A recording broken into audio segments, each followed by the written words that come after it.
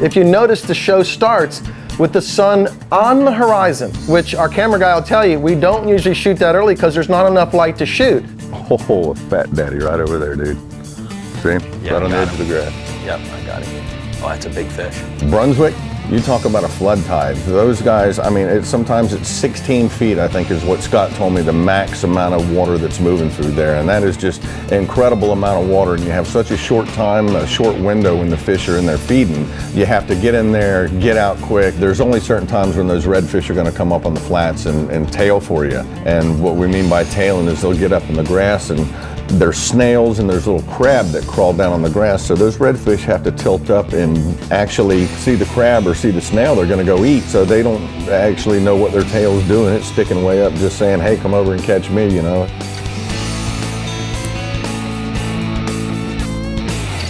There he is. Good fish, too. Yeah, real nice fish. That's probably the biggest one I ever got in the grass right there. Taking you off the angle, huh? You have to see that little bit of difference that you might have just with that little peak of a tail, because sometimes they're not really flagging them up like they were for us that day. He's on. Oh, he had it. He had it. He had it. I thought I was on grass. He just let it go. Still right There he is. And so, like I was saying. Like you were saying, We pulled him off. spit it, and ate it again. Ate it again. I think he really ate it and got rid of it.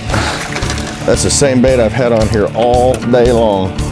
I think you can even say all morning. Yeah, all morning long. We've only been out for a couple hours. There was a lot of pressure on that shoot because you got to get a show done in 3 to 4 hours and get everything you need and get out, or you're stuck. Brother, that's an awesome one to finish this flood tide with. Adios. Well, the bait check should be real quick on this show because I used one lure in the whole show. It was the first time I've ever done it. I mean, the bait lasted. It was a cow, and it was, you know, one of the toughest baits I think I've ever used.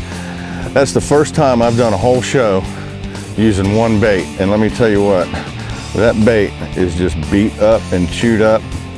I think Mark Nichols, the guy that makes these baits at DOA, would say that one is dead. Over the years, we've become superstitious with one phrase that we hear from guides, and that is that we'll be done by noon. But this show was the first show in 13 years that had happened.